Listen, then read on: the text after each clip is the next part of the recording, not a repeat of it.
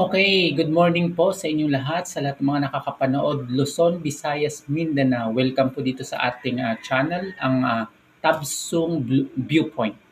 Okay, ngayon po ay April 9. So, ibig sabihin, ipinagdiriwang po natin ang Araw ng Kagitingan, also known as the Day of Valor or Bataan Day.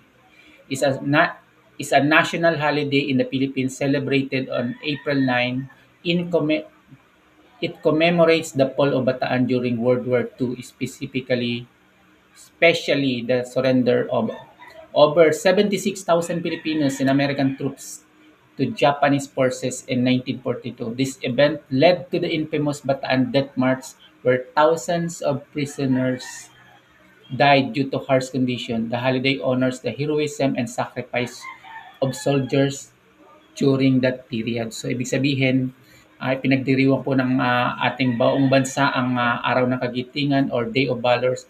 So sa mga soldier po at na nag-serve, maging reminder po ito sa atin na ipagdiwang natin ang Bataan Day or yung Day of Valors. Okay? So, maligayang araw po ng Araw ng Kagitingan today. This is from Tabsong Viewpoint and sa inyong lahat dyan, peace guys!